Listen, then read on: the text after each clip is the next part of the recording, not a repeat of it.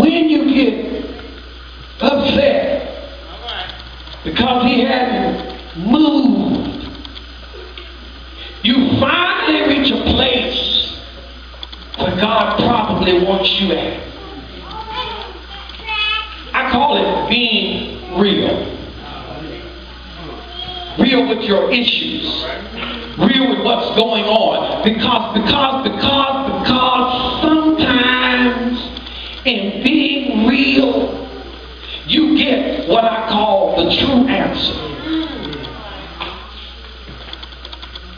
Some of you, if you be honest with yourself, have been perpetrated.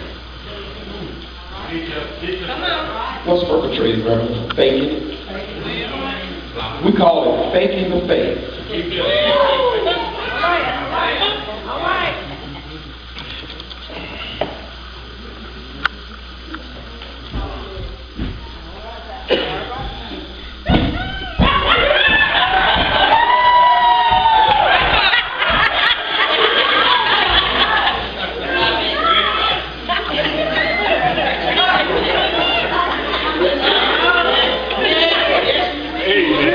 You know it's easy to fake the faith.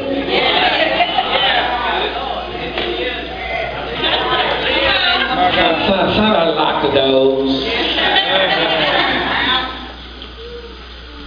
All you got to do is do what they do. Say what they say. And the reality is, you will think that everybody else thinks that you got it. Can I tell you something? Was done in the dark. Sooner or later, will come out in the light.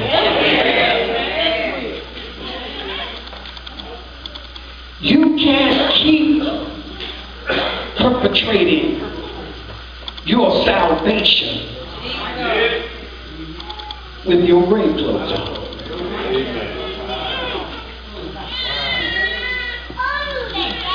What are grave clothes? The example of the junk and mess that you've been wrestling with. What am I saying? If you never get serious about hooking up with God and finding your place in Him and letting Him work in you from the sanctification process, you get comfortable with your grave clothes. What do you mean, Reverend? Let me make it plain to some of y'all. You can do wrong for so long that wrong starts looking right.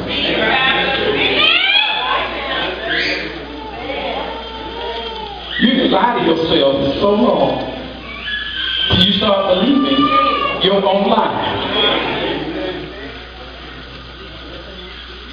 But there's an amazing thing about grave clothes. The longer you wear them,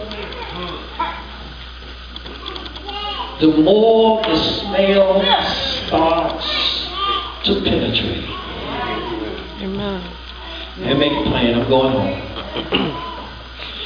You can put all the perfume you want. You can get all the cologne you like.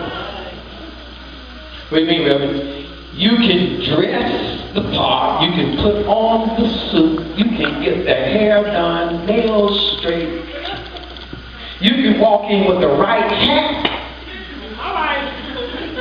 You can get a cross around your neck. You can get a collar. Come on, y'all. You can get in the choir and sing louder than anybody else. You can run and jump and shout. Everybody knows the devil loves to shout.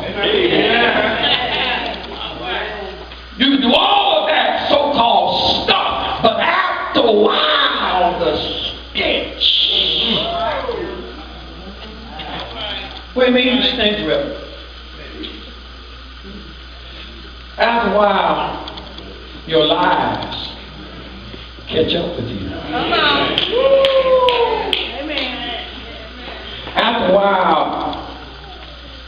the place where you pull up to the parking lot and you get a couple of mints and throw them in your mouth. Oh, y'all don't know what I'm talking about. Y'all never done that. You don't know where I'm going with that. Because you don't want nobody to know what you did. After a while, you show up and the one that you was with, you hope she don't talk to the one that you with.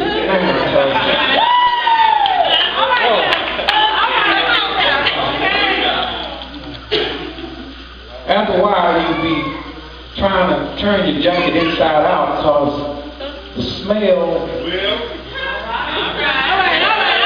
you roll the window down and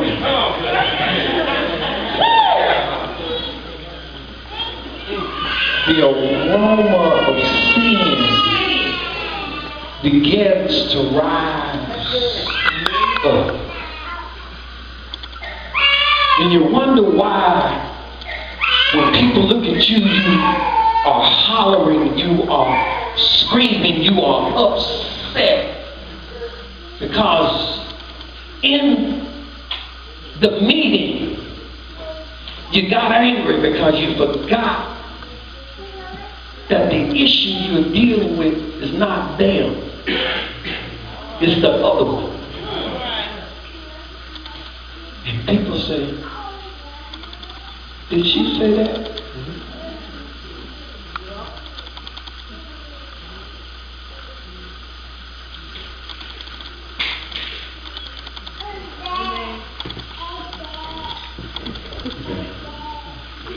I'll deal with that.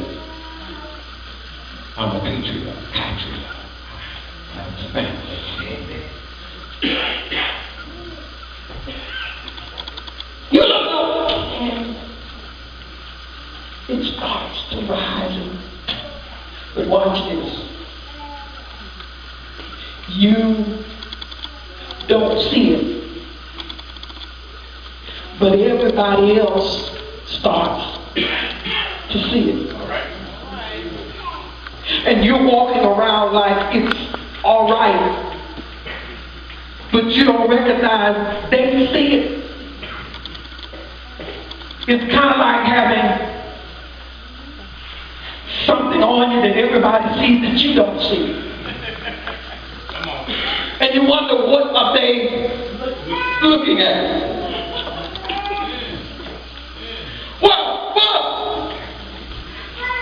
Jesus shows up at the graveyard. And people are tripping because Lazarus is dead. My brothers and my sisters, you want God to use you, but he says you still got grave clothes on. You still got the life. Make it plain. I might have gone down the road and just say what I gotta say. Just because don't nobody see it, don't mean God doesn't have his eyes on it. Mama used to tell me all the time, you keep coming, boy, especially when anybody got a whooping from mom and daddy, and you don't remember what they whooping you for, and then they whoop you good. And daddy holler and saying, and this one is for all the stuff I didn't catch.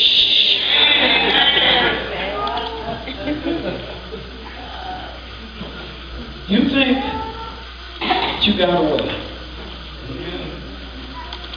And you think that don't nobody know. But I need you to understand, before God can begin to get into you, you've got to start addressing. See, what he does in you is because he wants to use you. But God can't use you while you're still doing what you're doing.